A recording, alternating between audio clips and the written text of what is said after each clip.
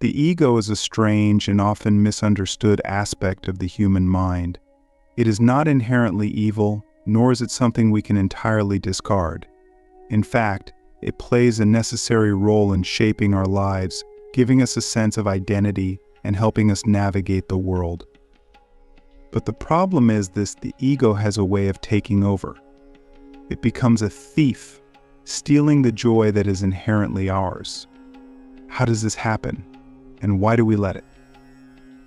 These are the questions that demand our attention, not just as an intellectual exercise, but because they touch the very core of our suffering. The ego, as Carl Jung described it, is the center of our conscious mind. It is the I that we identify with, the voice in our head that says, "This is who I am." It is the collection of thoughts, beliefs, and stories we've built around ourselves to create a coherent sense of self. But here's the catch: this self is often not who we truly are. It is a mask, a costume, an illusion. And the more we cling to it, the more we lose sight of the deeper, truer self that lies beneath it. The ego thrives on separation. It tells us we are this, not that. It draws boundaries, builds walls, and creates distinctions. And in doing so, it isolates us not just from others, but from ourselves. Click subscribe to this channel to get more profound spiritual lessons. Have you noticed how the ego feeds on comparison? It's always measuring, always judging. I am better than him, I am not as good as her, I deserve this, I don't deserve that. These comparisons might feel like they are protecting us, but in reality they are cutting us off from the simple joy of being. They create an endless cycle of striving, of wanting, of never being satisfied. And here's the paradox: even when the ego gets what it wants, it still isn't happy. It always wants more. It's never enough. The ego also loves to attach itself to roles and identities. I am a successful person, I am a failure, I am a parent, a worker, a student, a leader. These roles can give us a sense of purpose, but they can also become prisons. What happens when the role is taken away? What happens when life doesn't go according to the ego's plan? The ego panics. It feels threatened. It fights to hold on, even when holding on causes suffering. And this is where the real problem lies. The ego is terrified of change. It wants to control everything. It wants certainty, predictability, and permanence. But life is not like that. Life is fluid, unpredictable, and impermanent. By clinging to the ego's illusions, we resist the natural flow of life. We fight against reality itself. And that fight is exhausting. It drains us. It robs us of joy. So how do we stop the ego from stealing our joy? The first step is awareness. You cannot change what you do not see. Start by observing the ego in action. Notice how it reacts, how it clings, how it judges. Notice the stories it tells, the stories about who you are, about who others are, about what life should be. But don't judge the ego for being the way it is. That only strengthens it. Instead, simply see it for what it is: a part of you, but not the whole of you. Here's a question: who are you without your ego? If you strip away the roles, the stories, the comparisons, what's left? Can you even imagine it? Or does the very thought fill you with fear? That fear is the ego's grip on you. It doesn't want you to see beyond it, because if you do, its power begins to fade. Jung believed that true healing comes from integrating the ego, not destroying it. This means acknowledging it, understanding it, and ultimately transcending it. It means recognizing that the ego is just one part of a much larger self, a self that is connected, not separate. A self that is whole, not fragmented. A self that is grounded in being, not in doing or having. But this is not easy. The ego will resist. It will fight to maintain its dominance. It will try to convince you that it is you. And this is why true joy requires courage. It requires the willingness to let go of who you think you are, so you can discover who you truly are. It requires the humility to admit that you don't have all the answers, that you don't need to be in control, that you don't need to be better or worse than anyone else. Think about the moments in your life when you felt the most joy. Were they moments of striving, of comparison, of clinging, or were they moments of surrender, of connection, of presence? Joy doesn't come from the ego. It comes from beyond the ego.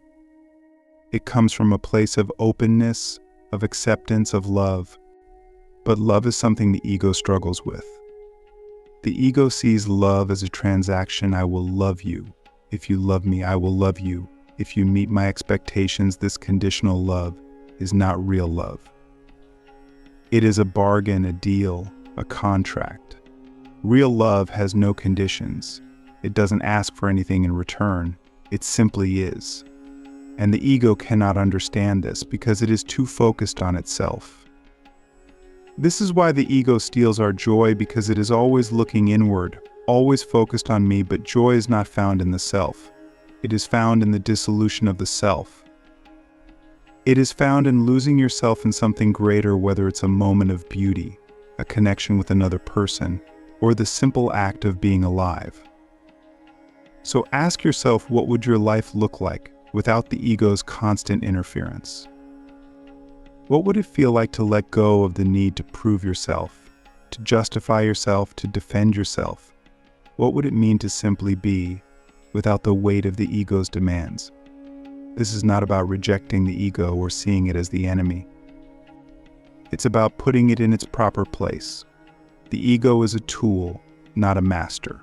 It is a servant, not a ruler. And when we learn to see it this way, we can begin to reclaim the joy that is our birthright. But this requires practice. It requires a willingness to confront the ego, to question its assumptions, to challenge its authority. It requires a commitment to living from a place of authenticity rather than from a place of fear. And it requires patience, because the ego does not give up easily. As Jung said, until you make the unconscious conscious, it will direct your life, and you will call it fate. The ego thrives in the unconscious. It operates in the shadows, influencing our thoughts, feelings, and actions without us even realizing it. By bringing it into the light of awareness, we take back our power. We stop being victims of the ego's whims and start living from a deeper, truer place. But this is not something you can do once and be done with. The ego has a way of creeping back in, of reasserting itself when you least expect it. This is why self-awareness is a lifelong practice. It is not about perfection, but about progress. It is not about eliminating the ego, but about learning to live with it in a way that serves you rather than enslaves you. So let me leave you with this: what do you truly want? Not what the ego wants, but what your deepest self desires. Is it love? Peace? Freedom? Joy? And what are you willing to let go of to find it? The war within that is what it feels like, doesn't it? A constant battle between who you are and who you think you should be, between what you have and what you think you need, between how things are and how you wish they were. It is a battle orchestrated by the ego, and the battlefield is your mind. This war is not just exhausting, it is the root of most of the suffering in our lives. And yet we rarely stop to question why the war exists in the first place. To understand why the ego creates suffering, we must first understand what the ego fears most: annihilation. The ego is terrified of its own irrelevance. It survives by convincing you that it is essential, that without it, you are nothing. This fear drives its behavior. It clings, it fights, it manipulates, all in an effort to keep itself alive. But in doing so, it creates the very suffering it is trying to avoid. Consider this: how often do you feel dissatisfied with your life? How often do you feel that something is missing, that you are not enough, that you need to do more, have more, be more. This dissatisfaction is not coming from your true self. It is coming from the ego. The ego thrives on dissatisfaction because it gives the ego something to do. It keeps you chasing, striving, reaching for something outside yourself. But no matter how much you achieve, no matter how much you acquire, the dissatisfaction remains. Why? Because the ego cannot be satisfied. Its hunger is insatiable. The ego creates suffering by convincing you that your worth is tied to external things, your achievements, your possessions, your relationships, your status. When these things are threatened or taken away, the ego feels attacked. It reacts with fear, anger, jealousy, or despair.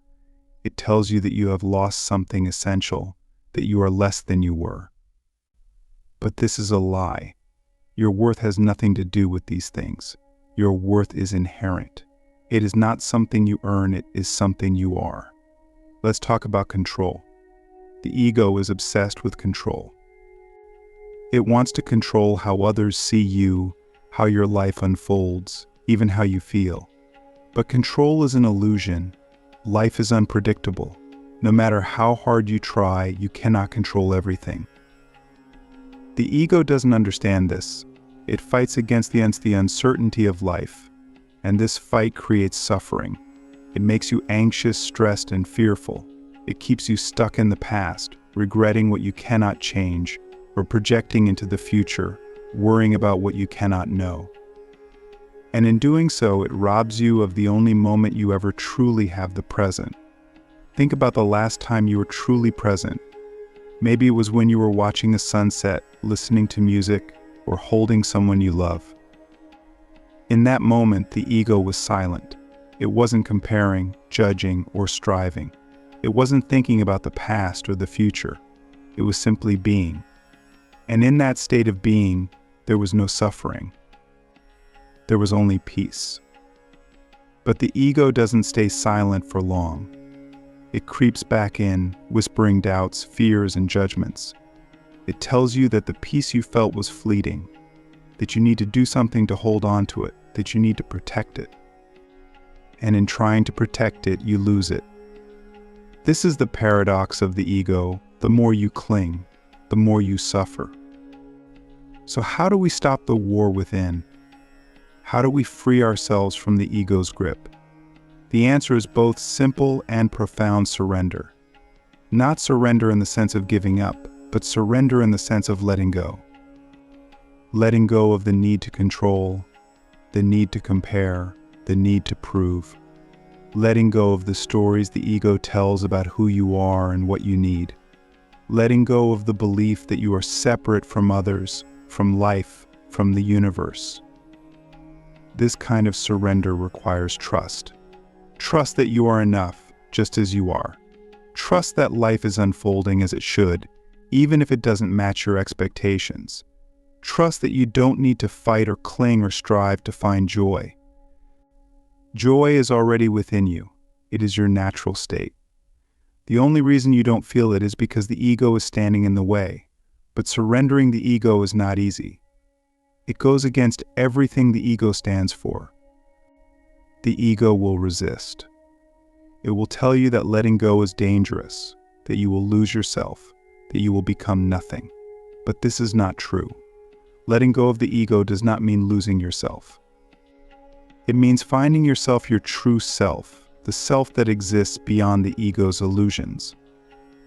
Here's a challenge for you the next time you feel yourself getting caught up in the ego's games, whether it's comparing yourself to someone else, worrying about the future, or clinging to something you think you need. Pause. Take a deep breath. Ask yourself who is suffering right now. Is it the real me, or is it the ego? And if it's the ego, what would happen if I let go? What would happen if I stopped fighting and simply allowed myself to be? This is not about suppressing the ego or pretending it doesn't exist. The ego is a part of you, and it has its place. It helps you navigate the world, make decisions, and interact with others. But it is not all of you. It is not the deepest, truest part of you. And when you identify too closely with the ego, you lose sight of that deeper self. Carl Jung believed that the path to wholeness involves integrating all parts of ourselves, including the ego. This means acknowledging the ego's existence, understanding its motivations, and learning to live with it in a way that serves us rather than enslaves us.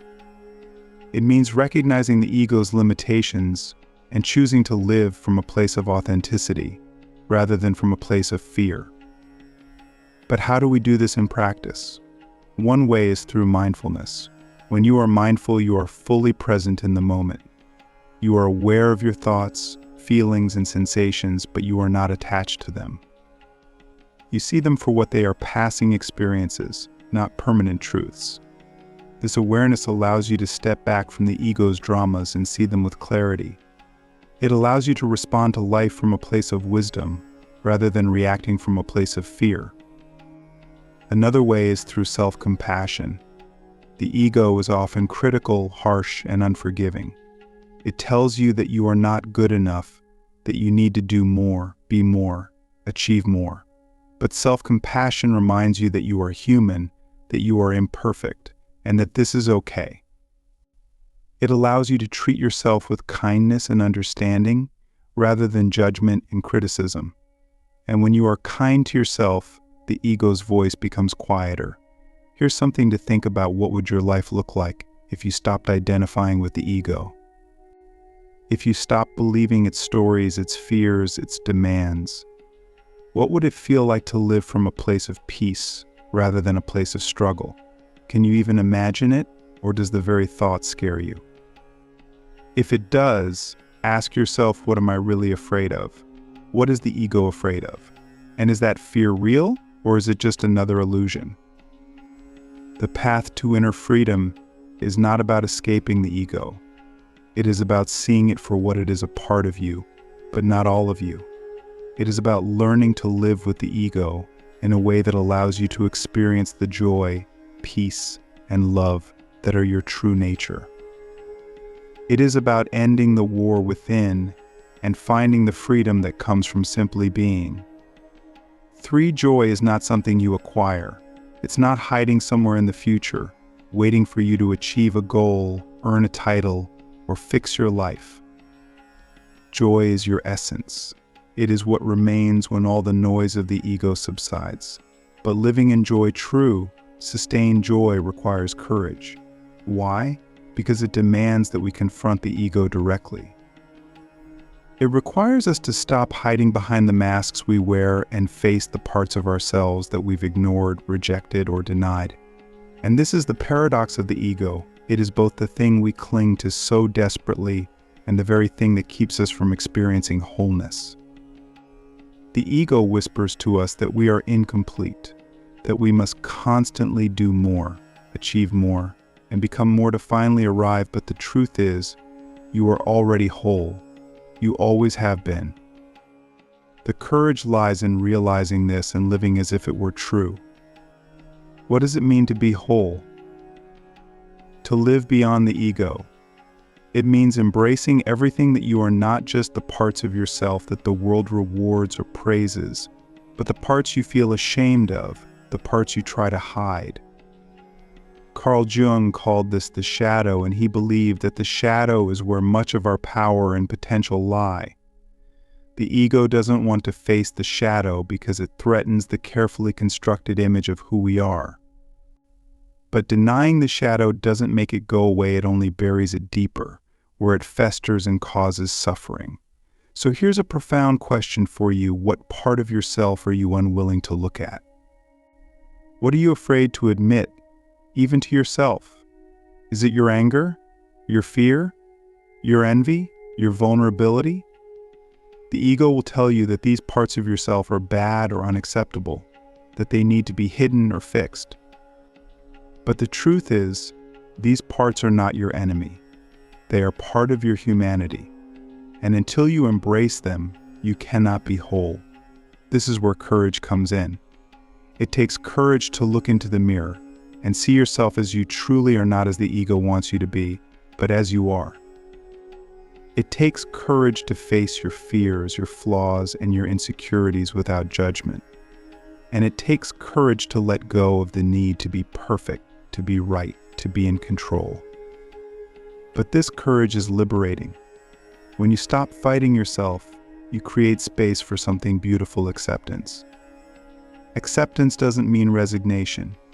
It doesn't mean giving up or settling for less.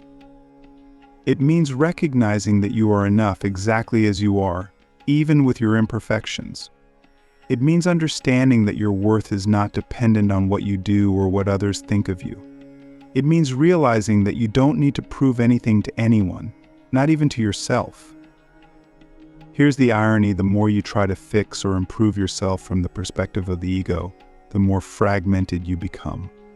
But when you accept yourself fully, when you stop fighting and start embracing, all those fragmented pieces begin to come together. You stop seeing yourself as not enough and start experiencing the wholeness that has always been there. Living beyond the ego also means letting go of the need for approval. The ego craves validation. It wants to be seen, admired, and praised. It feeds on the opinions of others, and when it doesn't get the response it wants, it feels wounded. But here's the truth: no amount of external validation can give you the sense of worth you're looking for. That worth comes from within. It comes from knowing, deep in your being, that you are already complete. This doesn't mean you stop caring about others or their opinions. It means you stop letting their opinions define you. It means you stop seeking validation and start living authentically. And authenticity is not about being perfect, it's about being real. It's about showing up as you are, without the masks, without the pretense. It's about saying, "This is me," and knowing that that is enough. But here's the challenge: the ego will resist authenticity because it feels vulnerable. It feels risky to show your true self, to let go of the roles and identities the ego has created. What if people don't like the real you? What if you fail? What if you're judged? These fears are the ego's way of keeping you trapped. But the truth is, the only way to experience true connection, true joy, and true freedom is to be authentic. And authenticity requires courage. Ask yourself this: what would your life look like if you stopped pretending? If you stopped trying to be what others expect you to be and started being who you truly are? What would it feel like to let go of the need to impress, to achieve, to control? What would it mean to live from your heart rather than from your ego? Living beyond the ego also means letting go of attachment. The ego attaches itself to people, possessions, and outcomes, believing that these things will bring happiness. But attachment is a trap. It creates fear of losing what you have, fear of not getting what you want. And this fear makes it impossible to experience true joy. Joy is not found in clinging or grasping. It is found in letting go. Letting go of the need to possess, the need to control, the need to hold on. This doesn't mean you stop caring. It means you stop clinging. You love without trying to own. You work without being attached to the results. You live without fearing loss. And in this freedom, you discover a joy that cannot be taken away. But letting go of attachment is not easy. The ego will fight it every step of the way. It will tell you that you need these things, that you can't be happy without them. It will make you feel anxious, insecure, and incomplete. But these feelings are not coming from your true self. They are coming from the ego's illusions. And the moment you see them for what they are, their power begins to fade. Carl Jung believed that the path to wholeness is a journey inward. It is not about changing the external world, it is about transforming your inner world. It is about moving beyond the ego's illusions and discovering the deeper reality of who you are. This requires self-awareness, self-compassion, and most of all, courage. Courage to face the truth, to embrace the unknown, and to let go of what no longer serves you. So how do we live beyond the ego and embrace true joy? The answer is not found in a single technique or philosophy, but in a way of being. It is about living with awareness, authenticity, and acceptance. It is about letting go of the stories and identities, that the ego clings to in discovering the freedom that comes from simply being. It is about recognizing that you are not your thoughts, your feelings, or your roles. You are something deeper, something infinite, something whole. Here's one last question for you. What would happen if you stopped believing the ego's stories? What would happen if you stopped chasing, stopped clinging, stopped comparing? What would happen if you allowed yourself to simply be? This is not just a question to think about, it is an invitation to live differently, to live beyond the ego, to embrace your wholeness, and to discover the joy that has always been within you. The ego may steal your joy, but it cannot destroy it. That joy is your essence. It is who you are. And the moment you stop identifying with the ego, the moment you stop letting it run your life, that joy will begin to shine through. It takes courage to live this way, but it is a courage worth cultivating. Because when you live beyond the ego, you don't just find joy, you become it.